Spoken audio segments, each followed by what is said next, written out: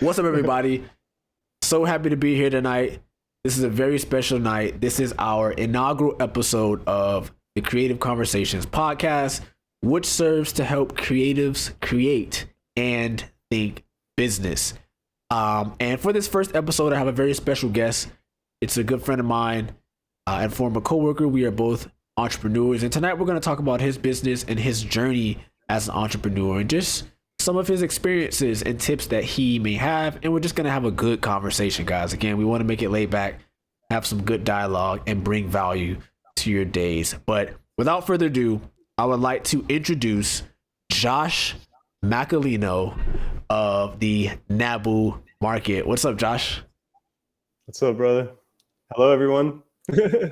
Hey, man, happy to be here, dude, to chop it up with you. Today we're going to be talking about Nabu Market, man. You and Nabu Market.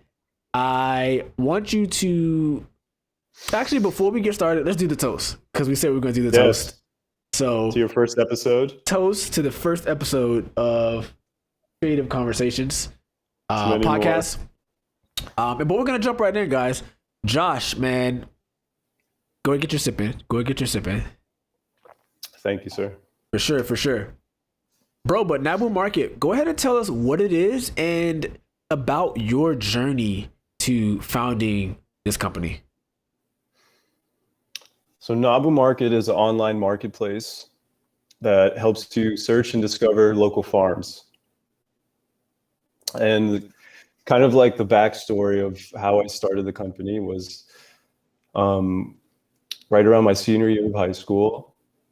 I was diagnosed with an autoimmune disorder or autoimmune disease called psoriasis. And I kind of ignored it the first 18 months.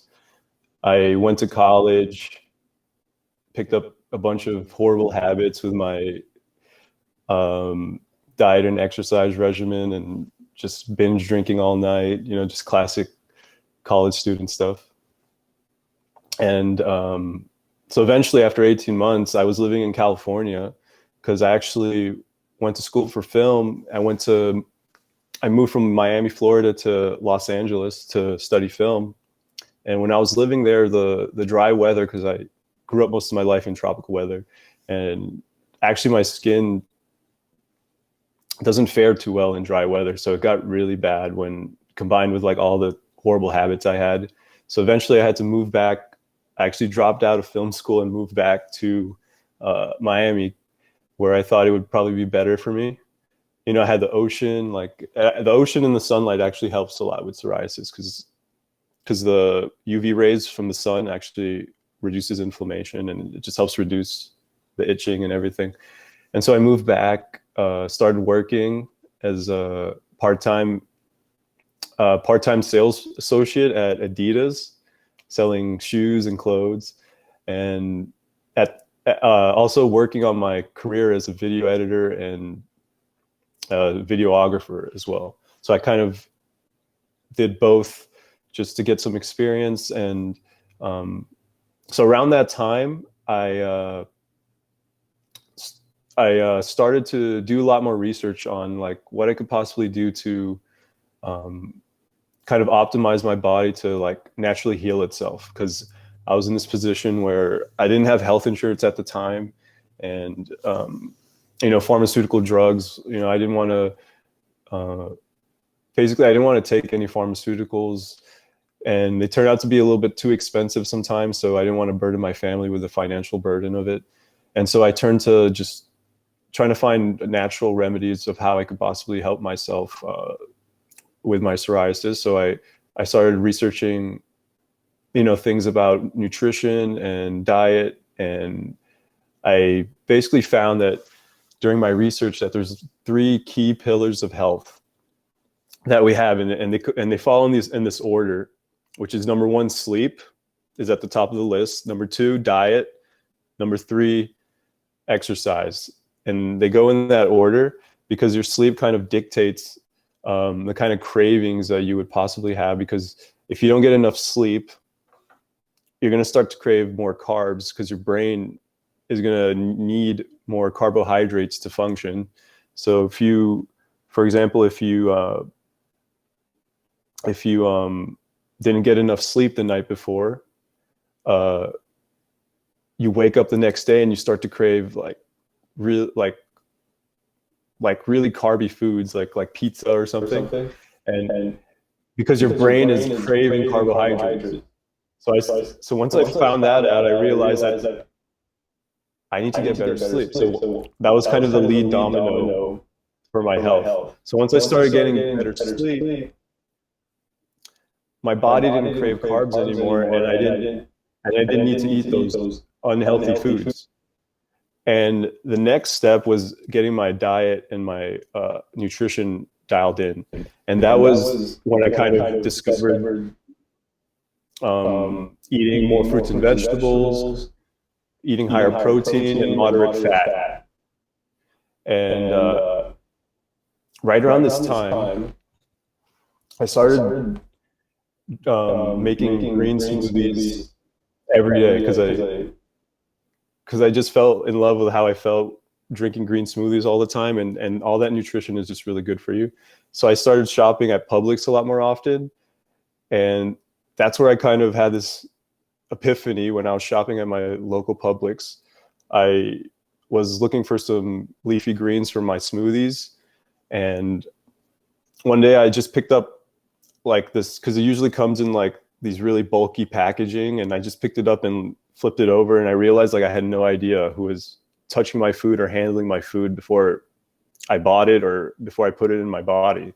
And so that kind of disturbed me. And that was kind of the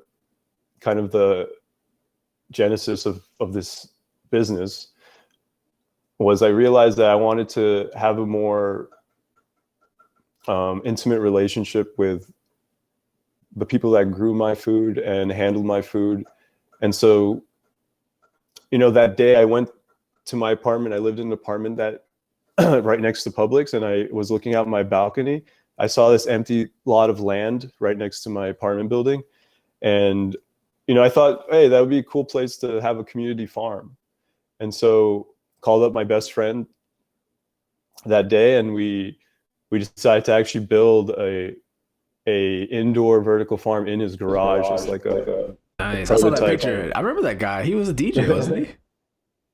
Yeah. We worked with Kevin. Yep, Kevin. We worked with him at Chewy. I remember that picture you showed me too of that vertical farm.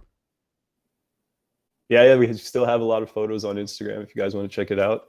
At Nabu Market, IG. It's actually at Nabu Market. But anyway, we decided to build a microgreen farm in his garage, and we bought like all the supplies. We built like this grow tent, kind of looked like a tent that you would grow like weed in, like. But it was a black tent, and we put these lights that are similar to the lights I have here that are actually optimized for growing plants, and we started growing microgreens. And during that time, I was doing a lot of research, and basically I found that there was a lot of these farms sprouting out, no pun intended, but they were sprouting all over the world. These new kind of farms, which are these vertical farms that basically optimize the space per cubic feet versus just square feet like a traditional farm. So you're stacking the production like vertically. And so you're basically like making the best use of the space. And so there's dozens of these farms now, like all over the world. So I thought, in the back of my mind, I thought if this farming idea doesn't work out for me, maybe like a marketplace for these farmers would work out, because I had trouble as a young farmer just starting up my own farming business, finding customers and growing the food at the same time. So I realized that maybe other farmers had the same problem, where like they need to focus on the farming first versus marketing and growing their business, because it's difficult to just grow food. It's also difficult to grow a business at the same time. So I thought maybe there's a problem we can solve for these farmers, not just me, but a personal problem that I have that I felt that other farmers had as well. And so I kind of experienced this as a consumer. I could kind of experience this issue as a consumer and as a farmer as well, where on the consumer side, I felt the pain point of like not understanding like, or not knowing who grew my food. And on the farmer side, like I felt the pain point of like, oh, I have to focus on growing food and growing my business, like two very different disciplines. So I thought that this could be a problem we could solve for farmers. Before you go on, because I think this is a good point to interject and sort of deep dive a little into what you said, right? Into your journey. And, I was listening as you were talking, and I kind of wrote down 2 points that I wanted to talk about. You want to double tap on something? Yeah, definitely double tap on something. And because I don't want people to miss it. Because again, the target audience for this is creative entrepreneurs, right? People who are in the creative services industry, probably mostly going to be the people watching this network. But I think entrepreneurs are all connected, whether it's a creative service or business to business, whatever it might be. I think it's all creative, man. It's all creative in a way, right? I think, and that's another podcast. Mm-hmm. That's another podcast we can have about everything is creative. But no, just like, I really want people to be able to pick up business principles from other small business owners, because all of our stories are unique and we all go through different things on this journey to being an entrepreneur. So one thing that you talked about earlier on, as you were telling us about the marketplace, was, and at least what I wrote down, was how you developed the conviction to start Nabu Market. Because I think there are going to be a lot of people watching who are in between that moment of decision where it's like, this is a business that I'm going to start and pursue versus it being an idea and something that just exists in the imagination. So I just want you to talk about that moment a little bit more, where the conviction turned into a reality and you said, I'm going for it. What was that like? What insight can you give us to that moment where it was no longer an idea? It's like, no, this is a conviction that I'm going to dedicate pieces of my existence. Well, it was kind of this process because I initially started not the marketplace, but as a vertical farm. And so it was kind of like figuring it out for a couple of years, like, okay, like, do I really want to be farming or do I want to help other farmers? And so do you want me to talk about like before the vertical farm? I think so, yes. I think we're talking about the moment from where, because you were working, you mentioned several positions that you were working in. I heard Adidas in there somewhere, right? You were working. Right. And this wasn't in existence. It hadn't come up yet as something that you were pursuing. It was a lifestyle at first, right? You talked about your health and how you sort of wanted to gain control of that. But the moment that you decided to make it an enterprise, though, you know what I mean? Because there are a lot of things that we like, and we enjoy, but to pursue turning it into a business is like another step. That's like a whole nother world of living, and it's a whole nother process. So just that moment where you were convinced, okay, not only is this a lifestyle that I like and enjoy, but this is a business that I want to pursue. Can you tell us more about that? Man, it was one of those. It was one of those times, in your life, like where, sometimes you go through ups and downs. And I was definitely going through a down period where I wasn't happy with my current job. I wasn't feeling creative. And so my friends and I got together actually summer of 2015. And we actually came together and thought of ideas, and this was one of the ideas that we thought of together.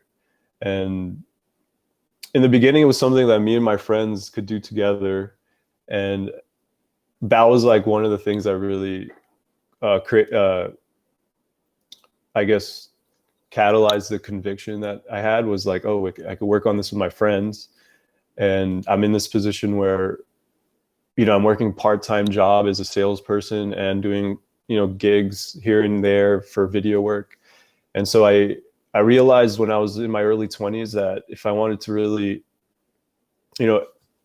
progress in life, since I dropped out of college, I needed to start my own business. Like that was the only route. Like I didn't see anything else that I could do at all. Like it was just like tunnel vision. Like this is the only way that I could actually like make some change. in the world. And so I wasn't, it comes from a place of not being satisfied with the status quo. And so I wasn't really satisfied with my personal life, and I wasn't satisfied with the world around me, like everything around me. Like when I was a kid, I thought by now we would have flying cars, and the best thing we have now is Twitter. You know what I mean? I don't know, I guess it's because of Elon Musk, we have spaceships again, like we're going back to Mars. Or, I mean, we never even been to Mars, but you know what I mean? We're going back to the moon. But when I was a kid, I thought we would have, at least some flying cars by now. And so I was just that conviction just spurs off of just not being satisfied with the status quo, honestly. And it's just one of those things where, like, you have no other choice. Does that answer your question properly? Yeah, definitely. I just want an insight. I don't think there's a right or wrong answer. I just wanted you to expound on that a little bit more, because a lot of people are there now. I think COVID, I put a video about this out on my personal YouTube channel, and I never put out another video, but one thing that prompted my decision to jump into creative entrepreneurship from Chewy, right, and just kind of like, hey, you know what, I'm done working the 9 to 5, was COVID, had this way of sort of showing us the true colors of our employers, in a lot of different ways. Not only COVID, but just sort of 2020, that year, and everything that was in that year with COVID, right? The protests, police brutality, the election. There was so much volatility, as I would call it, social volatility that was happening. And you know what they say, as the saying goes, right? Pressure sort of reveals, the substance of something, right? Pressure is either going to crush something, or it's going to reveal the strength of it and refine it. And I think a lot of us saw our employers in a different light. I certainly did, in terms of how much they cared about me, as a person, but also just my life and my family and my prosperity. And similar to you, I hear that in your story, dissatisfaction, I think, is a common thread that connects us as entrepreneurs. Dissatisfaction, as you stated, with the status quo, right? Or business as usual, as, just sort of going with the flow, and, this is where I'm at now. This is what I'm being paid now. There's nothing wrong with being satisfied with that. But if you are discontent with it, I do think it's worth exploring, because you never know if there's a problem that you have to solve, right? Which is, exactly, I think, the pillar of business, problem solving, right? So let's talk about that. So let's talk about some of the problems that, so you spoke about your dissatisfaction with the status quo and sort of just where your life was heading, and you took control of that. Let's talk about some of the problems that you are seeking to solve with your enterprise, with Nabu Market. Can you tell us about that? So based on our background, because we used to work at Chewy.com, we're both Chewy.com alumni.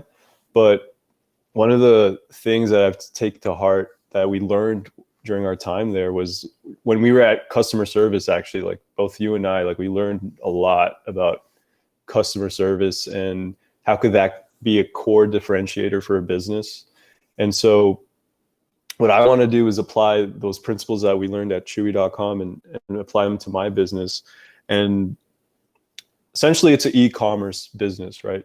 Where the core tenets of e-commerce, which you might have heard Jeff Bezos mention on past interviews, which are convenience, price, and selection. And so the fourth component that's not talked about, which is something that you have to double down on now, is customer service, actually.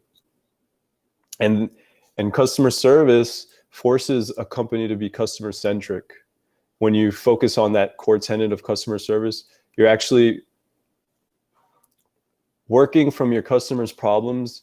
You try to focus in on your customers' problems. Like you understand your competitors, but you focus more and obsess more about your customers, and you work backwards from their problems, and you try to develop a solution based on problems versus the other way around. which is a solution in search of a problem. That's the worst kind of technology that you could build. You don't want to spend months developing a minimal viable product and show it to customers. You want to get an MVP out as soon as possible, like maybe a week, and start testing it in the real world and start talking to real customers and real users that way. And then you develop the technology to serve their problems. And that is the best way to kind of develop new technology or new user experiences, is to talk to people in real life and actually work backwards from their problems. And so that's what we want to do here at nabumarket.com is talk to our users and understand their problems from a real perspective, and see if we can develop solutions for them that way. Like, I was just talking to a customer last week or a couple of weeks ago, and she was telling me that her son's epileptic. He's 17, and the reason why she signed up for Nabu Market was she shops at Whole Foods, and she's on food stamps. And so she has this problem where she wants to eat healthy and make sure her family eats healthy, but Whole Foods is not the most optimal grocery store for people on a budget. You know, it's kind of, they have the bad stigma that their whole paycheck, so they kind of are overpriced for what you pay. And so, you know, there might be a way that we could help this customer get fresher, cheaper food by delivering her food that's actually grown just a couple miles away from her. And so she's one of the customers that we have that we consider to be like a super user, and we're looking to contact more customers and develop our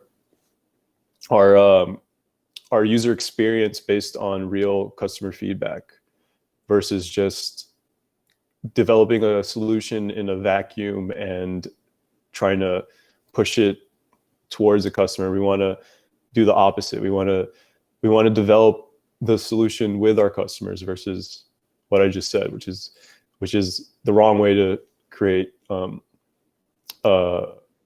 user experience.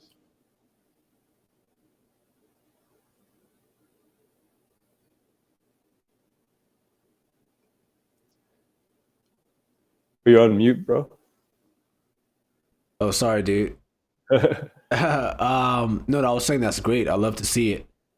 That's the core of business, dude, that I find is problem solving. Mm-hmm. It's easy to have a business when you are a problem. You know, and it's something that I wish that I would have tapped into sooner, you know, or just younger, or had insight on younger at how valuable it is to be somebody who seeks to solve problems. I think some of the greatest businesses that we know now are just problem solvers. You know, whether it's connecting us as people, you know, we're using a software that solved the problem. Now, because it solved the problem, I was willing to pay for it because it's great. So I think it's important for us to point people to that. To piggyback off that point, it's best if you're an entrepreneur trying to figure out like what you're trying to do, like just start talking to people and try to find those problems that are like intense and frequent for other people. And maybe that could be the way you could think of ideas, is just talk to people and try to figure out, like, just ask them like explicitly, like, what is an intense and frequent problem that you have, like, and then try to figure out a solution for that problem. And that could be just kind of like a heuristic for trying to find ideas, for startup ideas. If you're a young entrepreneur trying to think of different ideas that you could possibly pursue, because what you want to do is, when you're solving a problem, you want to simplify, because in the beginning, you want to do things that don't scale, because that's how you create a really like personalized experience. But in the back of your mind, you have to know that you're going to have to scale eventually, because at the beginning, it's okay to handcraft the experience and do things manually, because you're just trying to figure out what people want and trying to build something that people love. You just need to get a core group of users or customers that really love you, and then later on you can think about scaling it. But when you're in that second phase of scaling, you want to simplify things to the point where it's so easy, because as you scale, the chaos and complexity makes things harder as you scale, because you're adding more people into the organization, for example. And so the simpler your business is in the beginning, the easier it is to scale. It's like a great example is just Chewy.com. Like it's just basically like, pet food in a box. That's pretty simple. And so, and the hard part is trying to get it delivered to the customer and not damaged. But in reality, it's just a simple business, but they still had an extraordinary outcome. I think there's valued let's talk like about 60 billion probably. No, I mean, it's an incredibly simple business model that they do the best, and I think there are a lot of lessons in that. I mean, I can jump all over the place with this, but I think to be concise and pulling out just one point from what you just said that we could sort of go deeper on. Yeah. A word that you said that I love to use is scalability. I was just talking to a guy today about scalability and just how important it is to be, what's that, Chewy? What are they? 30 billion. 30 billion. I remember when they were 5. I remember when the transaction went down and they just were the biggest e-commerce deal for 3.35 billion. 3.35 billion, right? And they've already now 10x. 30 billion. They've 10x'd in less than 2 years. And a couple months ago, it was 60 or something around there. They hit 120. They hit 120 price, which would put them even higher to where they were crazy. Above. Crazy, but again, it's. I think the key point to take away for us is smaller business entrepreneurs, because that's our target market, right? I'm not necessarily looking for the Nikes to come on this platform. I really want to look for small business owners who are growing through the thick of it, or who have come out of the thick of it and are at the next phase, right? Or who are 2 phases ahead and can talk to us who are 2 phases behind, or those of us who haven't even started and give us inspiration, insight, and jewels as to how to start this process. And I think you've done that so far and just sort of telling us your story. But scalability, bro. Scalability. The ability to multiply is how I look at that. Mm-hmm. Not only multiply the production of the business, but multiply the revenue of the business, because that's a byproduct of multiplying the production, right? When you're able to do what you do as a creative entrepreneur, as an entrepreneur, and if you're able to create a system that is repeatable and able to maintain the same level of quality and requires as little of your involvement as possible, now we're talking scalability. But I think a key thing to tap into before you start getting into the frame of mind of scale, and I'm sure you probably went through this as well, I think of developing a craftsmanship around your trade. Right. Yes. So for me, right, I'm a creative services provider, right? We're talking photography, videography, graphic design, branding, brand strategy, things of that nature. But at one point, I was just a passionate kid with the camera, right? Likewise. I was just a passionate kid with the camera with no business acumen, with no like big picture goals. It was just, hey, I like this. This makes me happy. This is a practice that I want to have. And this is for the people who are there and the next few steps above that, right? I think it's important at that phase. What I wish I would have known or been told is, hey, enjoy your passion. Enjoy practicing your passion freely. A lot of us had time at that age. We're young, we're in college, or we're young adults, working part-time or whatever. Take advantage of that time to really enjoy your passion. Enjoy seeing the finished work of growing, I imagine for you, a microgreen, right? Or for me, taking a picture or completing some sort of story or narrative. Enjoy that process, because that is what's going, that's the first block that you're going to be able to scale your business on. And that's proficiency. I think when you're passionate about something and you continue to practice it and express it and share it and get feedback and refine it, you become proficient at it. And when you become proficient at the things that you're passionate about, it's a lot easier to monetize those things. right? So I imagine you had to go through a phase where it wasn't just about health anymore. It was about mastering the micros, right?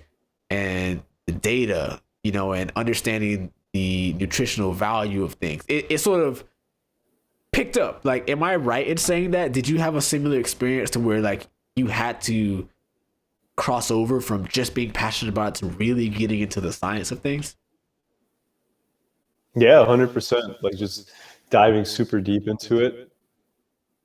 I would actually literally get into the science of it, like understanding the certain light frequencies that you need to grow the plants that are optimal for because to this light frequency that's like pink and reddish actually is the optimal light spectrum for plants to produce more chlorophyll and catalyze photosynthesis. And if you actually look at a color wheel that designers use, the two opposite inverse colors are green and pink, or somewhere around that color spectrum. So they're kind of inverse of the plants absorb the pink color and reflect green back to your eyes, and that's why they're green when they hit your eyes. And so, I did dive deep into the weeds, like regarding the science, like literally the science of it. And on top of that, one of the few things that stuck with me from going to college, even though I dropped out, was just understanding just like how to navigate information and do research. Like when we used to do research papers for, an essay or something, like I really understand. I really just, that's one of the few things that stuck with me, is just becoming like a meta learner and just absorb as much information as possible about a specific topic that I'm interested in and just dive really deep into that topic. So that's one of the things that you probably need to, or one of the core habits of an entrepreneur, I think, is to have this obsessive focus on like sometimes a singular thing. You have to be very obsessed to kind of push through it, especially if you want to take it to the next level and scale to the level like Chewy.com. Like you have to really be committed and obsessed about what you're pursuing. And so I would say that it's a common trait among entrepreneurs, is having this obsessive passion over their work, and where it doesn't make sense to normal rational people that aren't in entrepreneurship, because normal people probably wouldn't do it because it's so hard. And it really is hard. It's super hard to start something and get people to use it and grow that thing after people are using it. Because you have to, in the beginning, you have a small group of customers that love your product. It's hard to even get to that point where you have a small group of people that love your product or your service. And then the next phase would be to scale that. That's a whole other beast. So as a young person starting out, you shouldn't be thinking about scaling. You should be thinking about solving a really novel problem, or solving a problem in a novel way, and find a small subset of customers or users that you could cater to and try to build something that they love. And then once you build that, you could start thinking about scaling. Well said, my brother. Well said. I love what you said about having a obsession about thing that you want to be an entrepreneur in. And I know that could sound a little bit weird to people, like, that's a little intense, right? But I want to, it is an intense word, right? But I want to add commentary to that too. It's intense.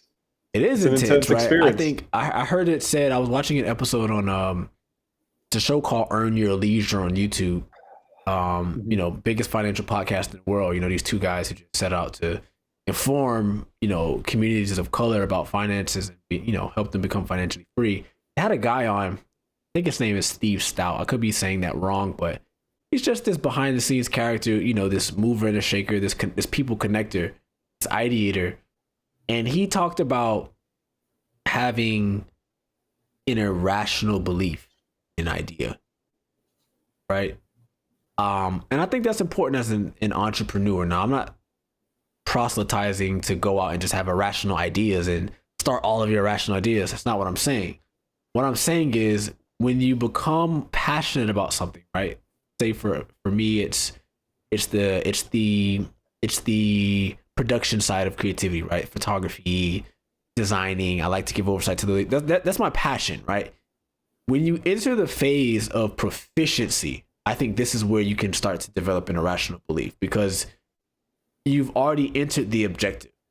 We're not talking about trying to figure out what's right and what's wrong anymore. We're not talking about trying to figure out the ins and out of a craft. We're talking about you've gone to the next phase of you're learning the objective values about your trade, right? So for me in photography, that's composition, that's lighting, right? I'm adding proficiency to the trade. We're talking about perspective, geometry, things that help in providing creative services. At that point, when you realize that you are developing that proficiency, I do believe you get to a point to where you can now serve other people and problem solve, kind of connecting the dots, right? We talked earlier about being a problem solver. Hey, you've discovered a problem. A lot of times, though, a person will have a solution to a problem, but they won't be proficient in the solution. And that kind of puts or developing the solution, right? Right. They don't know how to. Right. So they can acknowledge a problem, but they don't necessarily have the skill set to be the problem solver. And in some cases, if you're super privileged, you can just have a ton of money and hire people who will do that for you. That's one way to go about it. But I don't think that's the common way, right? I think most people listening to this show are working class people, you know what I mean, who are working and have jobs and are trying to figure out how to balance their time and their job and their energy to go after an idea irrationally that they believe in.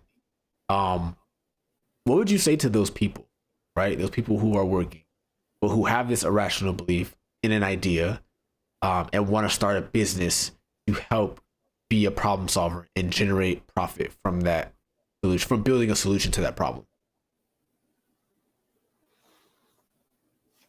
I would say when you're just testing the waters, like in the first stages of ideation, I would start sharing it with other people. Like some people are kind of wary to share their ideas with other people because they might steal it. But here's the truth: like ideas are a dime a dozen. Like every idea that's ever been thought of has been thought of already by human being at some point in history. So it's not about the idea; it's about the execution to actually bring that idea to fruition into real life. And so I would start thinking about how you're going to execute on that idea and start talking to people, maybe start making friends with, let's say your skill set is not, for example, you want to build like an app or something and your skill set is not software engineering or computer science. You're going to have to find friends that find somebody, or maybe a friend of a friend that has that domain of expertise, and start networking with people, because that's the only way to kind of build a lasting business. But if you want to just build a small business also, it's okay. But even if you want to build a small business or a small family business, it's always good to start networking and find players in the industry and start talking to them and just understand like whether or not you really want to pursue this specific niche or industry. That's probably the best way to do it. Other than that, there's always online sources. Like on YouTube, there's so many different things that you could, like when I was starting growing microgreens, I would just look up YouTube videos on growing microgreens, for example. So that would help me with my proficiency and general knowledge of the industry. And through that process, I was able to develop a specific knowledge and skill set that normally people wouldn't have. I'm able to stack my different skills together and create kind of a unique skill stack, because initially my background is video editing. So I'm able to bring that into my current work, where I'm doing a lot of design for content, and actually designed the current version of nabumarket.com. And I'm able to bring some of that design background into my business. And it's just, and just the, hold on a second, I'm trying to think.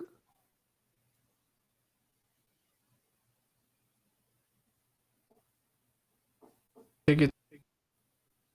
What's that? No, I was saying take your time. Okay, cool.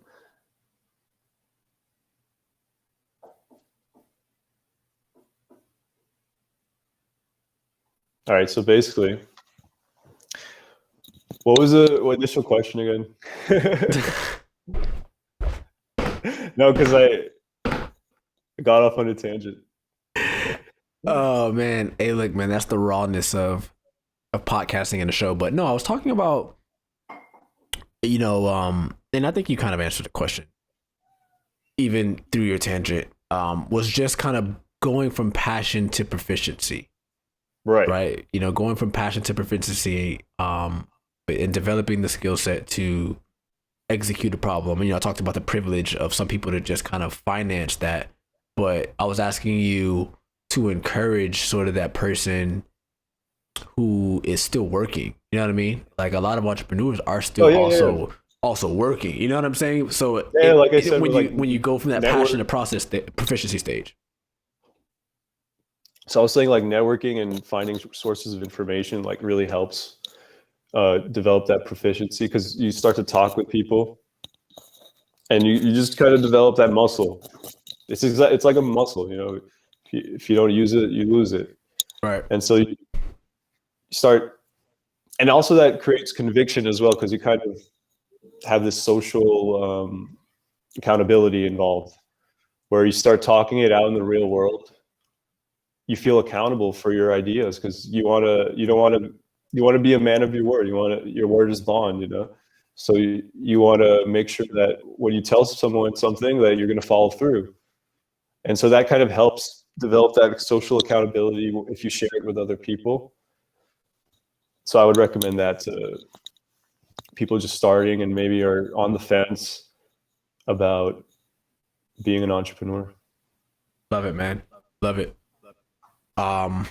Cool, man. So I wanna, I think we've had like a pretty nice tight episode thus far. I do want you to share though, because this is kind of what inspired this conversation to begin with, and why Josh is the first inaugural podcast member. I put out some content about business credit, just testing out some short form stuff, and you commented, you're like, yo, I like it, let's collab. And we ended up having a conversation, and you were telling me about your crypto experience with Coinbase. So I mean, do you want to tell the people about this?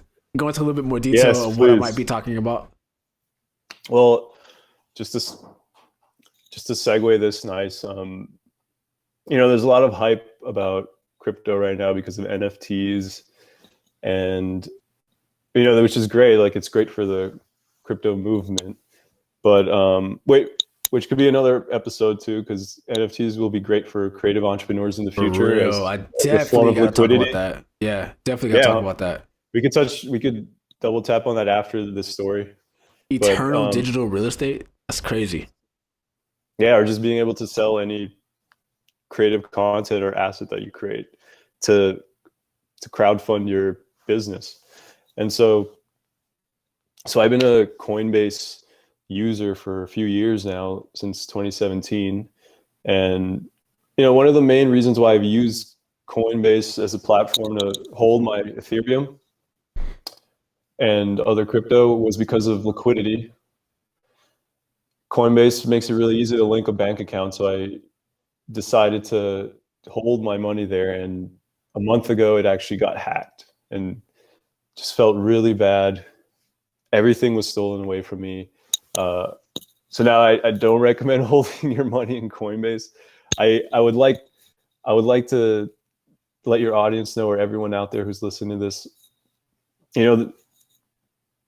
we should be shifting the conversation about cryptocurrency from NFTs and Dogecoin and Elon Musk to, really talk about computer hygiene and cybersecurity and I just want people there to really take their cybersecurity seriously, because there's hackers out there that will find vulnerabilities, and they might be insiders in the phone carrier company like AT&T or something that have your data, and they could be those people that are hacking into you, or even that insider in Coinbase. We have no idea, or it could be hackers in China or Russia. But point is, we need to be shifting the convo from NFTs to cybersecurity and better computer hygiene. Because before this happened to me, every conversation I was having with people was just, it was just all hype and nothing really serious about, like, are you taking your cybersecurity measures seriously? Are you holding it in a hard wallet? Because one can make the argument that holding your crypto in a big exchange like Coinbase or Binance is not truly a decentralized system, because ultimately, if one exchange is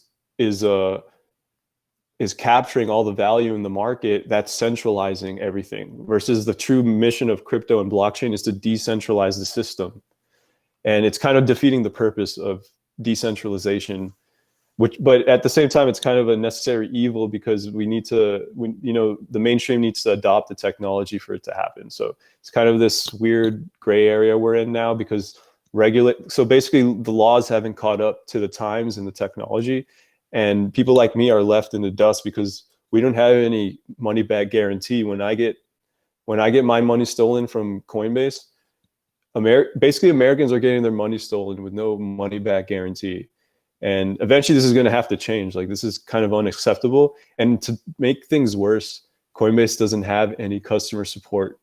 They don't have any live support. So this is why I stress, like, you should probably hold your coins on a hard wallet and keep it at home. Right. Because there's no money back guarantee. I made the mistake of thinking that my crypto was FDIC insured, but it turns out that only insures your US dollar on Coinbase. So don't make that same mistake. I actually have a possible solution that might be able to insure your crypto at home if you're storing it on a hard wallet ledger, like a Ledger Nano. You might be able to sneak in your home insurance policy to cover that Nano ledger, because it's considered property. Crypto is considered property now. So I suggest people call your home renter's insurance company and ask them if you can insure that. Another thing is, I want to make another point is Airbnb.com has a $1 million guarantee for property damage that any host can incur while hosting a guest. And my point is, like, Airbnb is a public company. Before they went public, they had this guarantee. Right. Why doesn't Coinbase, who was funded by the same exact people, by the way, Coinbase and Airbnb are funded by the same exact venture capitalists. Why can't Coinbase and other exchanges in the future have a guarantee for any unauthorized transactions on their platform? I think this is where we should be heading, and this is where the conversation should be going, not towards NFTs is a nice conversation to have too, but I'm saying, no, this is not being brought up in any conversations I've been in at all. We need more protection as hodlers. And to top that off, the US government wants to tax us capital gains tax on crypto up to 37%. Sheesh. There's a Forbes article you can link later in the show notes that you could calculate exactly what your insurance would be. I mean, not insurance, your percentage would be for your tax. And so, if we're going to get taxed by the US government, we need some protection, If they're going to tax us on the crypto, like, they should at least protect the citizens. You know what's funny though? The IRS is also petitioning for that. I saw a headline that talks about how the IRS is trying to have the government regulate crypto. I think for reasons like that. I think people make out all of the intentions of the IRS and the feds to be malicious. You know, like, oh, there they go snooping in our crypto business. Well, all Yeah, right. Well, then you lose $40,000 for the crypto, and now you're wishing and hoping that the government would have stepped into this wild, wild west world, right? So I think exactly. It's people a Wild have that West. bias. You know, people usually have that government bias, like everything the government does is bad, but some things the government do can be extremely helpful, especially in cases like this where they're, man, I wish there was a requirement for, you know, hey, if you're going to be an exchange that's taking and processing people's money, A public exchange and a public public exchange, traded company right? with There no should live be support, no no customer life, service. no customer That's service. unacceptable. It's unacceptable, man. It is, but it's the new norm. It becomes acceptable when people are still willing to use the service. Exactly. It's an abusive relationship, but when it's normalized and people don't really have an option, or they don't necessarily have the information to know that there are other possibly more safer options. You know, how many people own a physical ledger? You know what I mean? Like, that they have to plug in to like offload their crypto after each night of trading.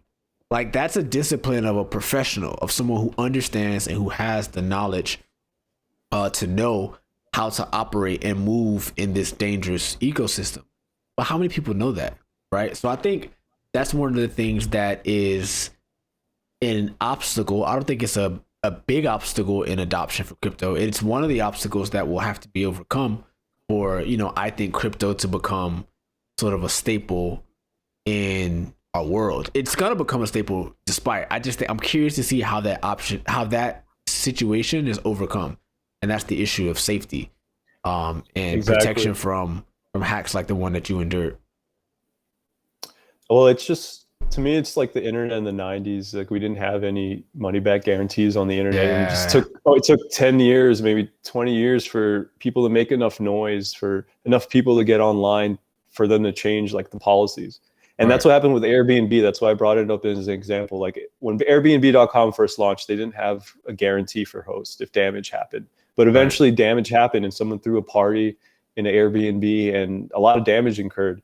And so they had to come up with some sort of policy, because regulators in cities were putting pressure on Airbnb. And so the same thing is going to, I foresee the same kind of thing happening for exchanges like Coinbase, because eventually enough people are going to make enough noise for them to have to change. And, you know, like you said, like it adds, like, you know, if you're going to store your crypto in a hard wallet, it adds a little friction for for new adopters to adopt it. But, you know, I'm gonna start making content. Actually, this is gonna be the first one of the first pieces of content we're gonna make on the subject matter. Where, you know, hopefully with the content I'll be putting out, I could help people from all walks of life understand like what they could possibly do to protect themselves against hackers, or, you know, just ensure their holdings at home if they want to store it on a hard wallet. I'm gonna create content on how you could just buy that nano ledger and easily purchase crypto and transfer it onto that ledger, and just different computer hygiene measures you could take to make sure, you know, you're using a strong password, for example. You're maybe using like a browser like Brave, where they're not tracking your data like Google Chrome does when you're doing your crypto transactions. Um, but yeah, I just wanted to say, like, I'll be creating that content so people could learn about it more, and dive deep into it, because I've been, you know, kind of studying this industry for the last 4 years, since 2017. yeah, Um, dude. 2017 Chewy Crypto Crew, man. We could have been young millionaires out here if we would have banded together. if Chewy was paying better, we would have been.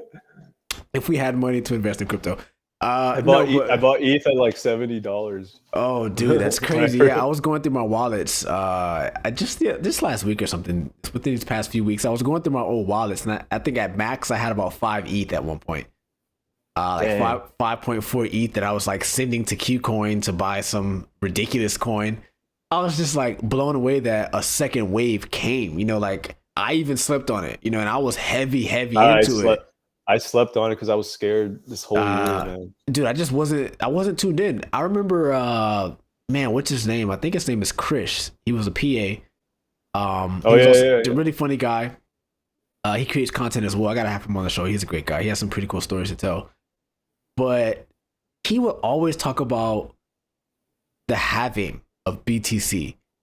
I'm talking about, we would talk about it, at length at Chewy, just like, hey, look out for the Oh BTC yes. halving. You know, this is where the block makers or the people who mine Bitcoin, their profits are going to be cut in half. He just was always talking about this twilight event, how like, hey, usually what happens is after that halving or right up into it, the price of Bitcoin shoots way, way up because people want to get that bag where those Because of profits go to sparsity. half. Right. So, man, we were having conversations like that last year. I left for Chewy in October, and I remember talking to him probably August, September, talking You about want the to talk halving. about why someone should own crypto versus a fiat currency? Like we can make the case, can make the bull case for it. Yeah, I mean, I'm open to talking about a bull case. And when we say bull case, guys, for people who are new to the lingo, we're just saying an affirmative position. What is a very, Hmm. very positive oriented, growth oriented affirmation of BTC as an asset or whatever you want to call it? So, yes, go ahead. What's your bull case for BTC? Well, Gary Tan, who is a early investor in Coinbase, and he used to be a investor in this accelerator called Y Combinator, which is like which is like the Harvard of accelerators. And an accelerator is basically a startup kind of incubator where they get some early stage investors together with some startups, and they kind of try to incubate the ideas, invest a little bit of money, and then at the end of like 3 month period, they'll have I like a want an demo invite. day. I want an invite. Don't you want an invite? I think we should be Hell yeah. invited, Josh. Hey, anyone can apply. If you have a startup idea, you can apply at ycombinator.com. And anyway, they're like the Harvard of accelerators. And Gary Tan was a partner, and during his time there, he invested in Coinbase. Nice. And Shout he out to all the he early Coinbase investors for getting the he bag. has a yeah he has a fund called he has a venture capital firm called Initialized Capital that put $300,000 into Coinbase, and that investment 600x. So you could do the math on that. Like No, we're gonna do that math right now because I like let's do it numbers. live. So this is Initialized Capital's investment in Coinbase, which is 300 grand times 600x. What is the outcome? I want to say 1.8 billion. Oof. So 1.8 you know, to the 11th power, 11 zeros, whatever that might be. I want to say 1.8 billion, but it could be more than that, if not trillion. it's Nah, probably billion, billion, not a billion. billion. Yeah, 1.8 So billion like over or a 18 billion billion. dollar outcome. And so he calls Bitcoin sound money. And what does he mean by sound money? Basically, sound money becomes valuable over time because there's scarcity. 180 And the million. reason 100 what is 180 it? 1 million. point 180 million. 180 million, not 1.8 billion. Well, you said 600x, right? You said 600x on a 300% initial, a $300,000 initial investment. Yeah, yeah. Yeah, 300,000 times 600 is 180 million, which is incredible. That is an incredible multiple. If it's 600x on 300%, $300,000. You doing a calculation too? Yeah. Yeah, I can put that bad but boy on the screen. Yeah, yeah, yeah. but anyway, so Bitcoin has a hard cap of 21 million Yeah. coins that will ever Period. be There's no that printing. will That takes away the Federal Reserve's power to print, which is a threat, a major threat to our current financial exactly. system. Major threat because And on that's a what makes it BTC sound system, you can't that's what have makes it what you had sound happen money. here. Right.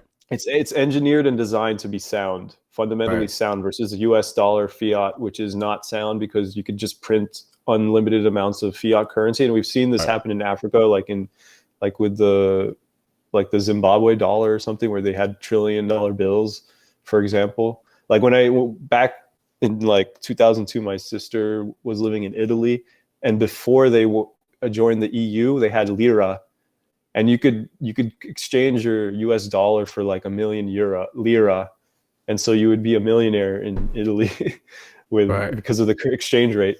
And so that type of hyperinflation, it will never happen with Bitcoin or Ethereum. And Ethereum is kind of like the next level of crypto, because it's more programmable than Bitcoin is. It's easier. It's a easier user interface. It acts more like more like an API kind of thing versus Bitcoin. And basically, what makes Ethereum, what Gary Tan calls ultrasound money, is that a portion of Ethereum is going to get burnt over time. So there's only going to be like 120 million ETH coins ever produced, but over time, some of those coins are going to be burnt.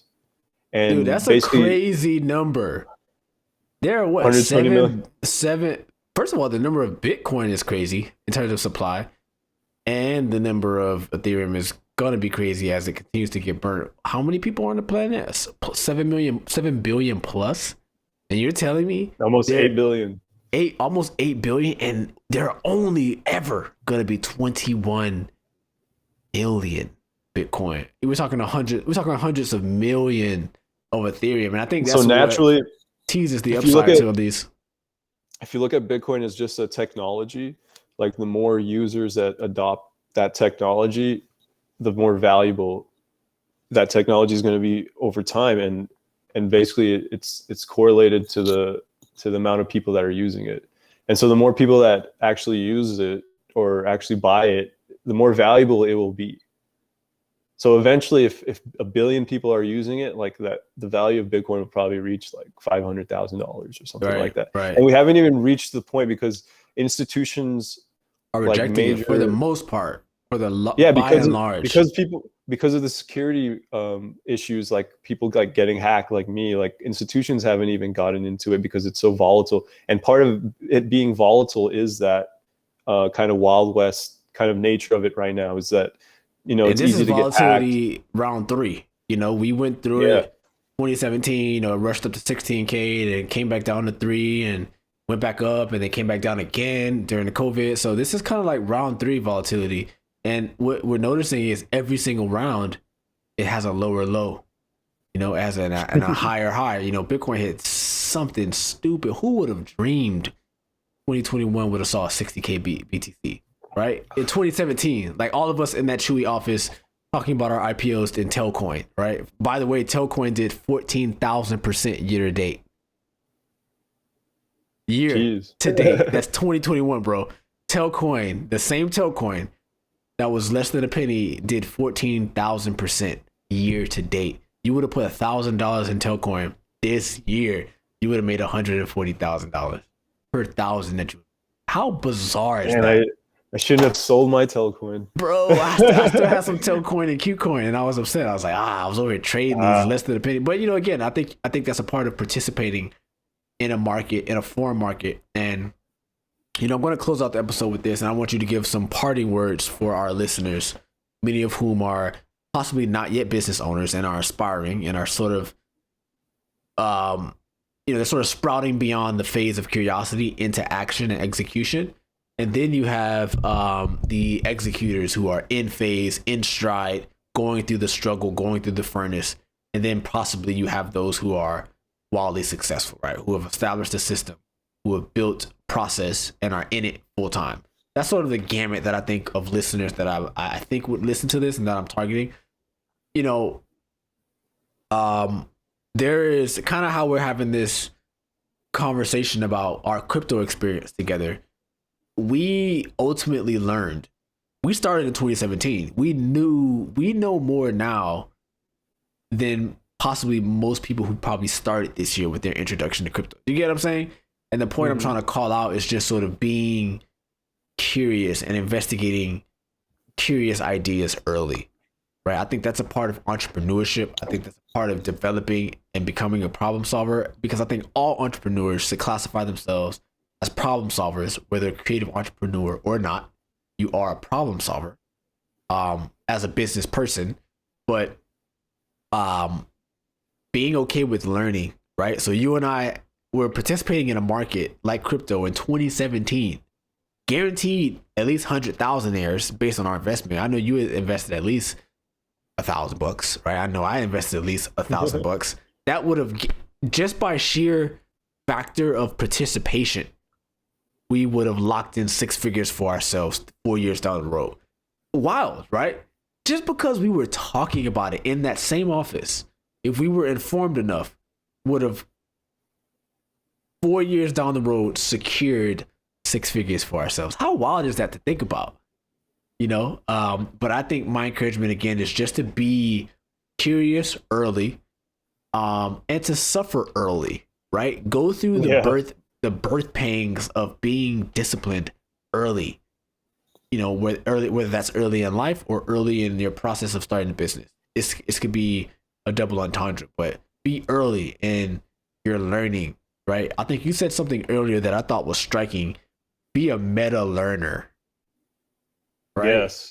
Be this good intense at learner. And you know, me and my wife talk about that regularly, just the importance of enjoying learning and how being in entrepreneurship for us, being an entrepreneur has resurrected our desire to learn again. Something that I think the public education system, by and large, has a tendency to take away, right? Your love for learning, you know, it kind of makes learning this bad thing because the experience is so poor for students.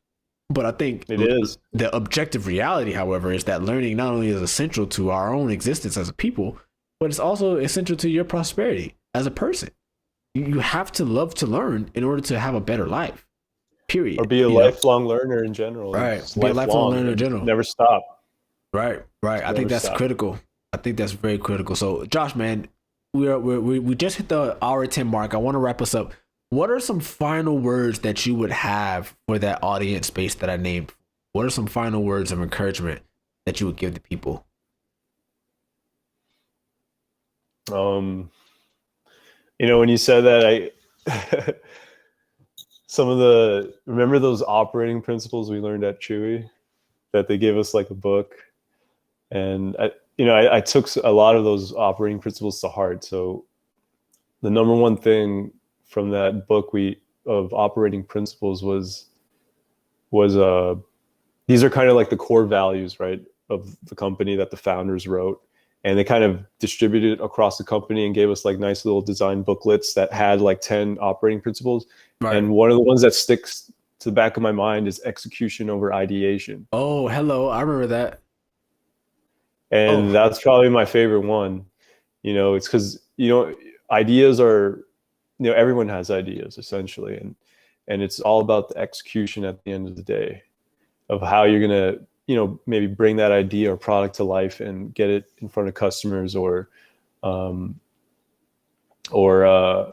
know, it puts the emphasis on the execution, but it also factors in that ideas are important, right? But it's like about choosing what ideas to really hone in on and that might be scalable in the future. And so that's kind of why I really love that core principle. But another one would be keep it simple. Like that was a great one.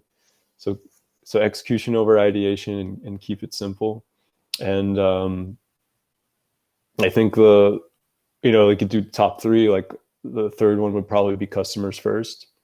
You know, like, so maybe that would be the number 1 is customers first. You know, like obsessed over your customer. And then 2 is like execution over ideation, and just keep it simple. Keep it simple, guys. Hey man, look, we talk a lot of trash about Chewy, but it's a love-hate relationship. We love Chewy. Yeah. Chewy made us who we were today. Don't get it wrong, right? We love Chewy, but you know, there's some really cool things that we learned there, man. You know, and stuff like that you just named. If people really held to that tenet, I think a lot of times it's the people in the workplace that take away the value from the culture of the workplace. Chewy, the culture was great. Chewy isn't a moral entity. It's not an entity that has morality. You know, the people there are the ones with the morality, and I think that's what people oftentimes become disillusioned with. But I mean, I made lifelong friends at Chewy. Like, right, we're talking right now because of the entity, right? Exactly. So again, the entity is what it is. You know, it's a blessed entity, and we learned a lot there. Kind of like what you just said. Keep it simple. Execution over ideation, and customer first, right? right there. If you guys take that right there, those three, it's a wrap. You don't need to watch any more episodes, but you should watch more episodes. That's it. You've been given the game. Go do it. But great talk, bro. Josh will be back, guys. Josh is a great person. We have a lot to talk about in general, and that's what this is for. This is Creative Conversations. The point of this dialogue is to help creators create the content, create their content better, and also help people understand business and help creatives understand business and begin to think like business people, because that's what we are. We're creative, but we're also businessmen and women. So definitely, Josh, bro, it was a pleasure talking to you. Until next time, you'll definitely be back, my brother. Great time. Hey, one last cheers for the night. I don't have any more wine. I had a small glass. All right. I had a small glass, man. I was sipping throughout the conversation. But hey, man, great talk, bro. Thank you, sir. It was fun. I hope we could do it again.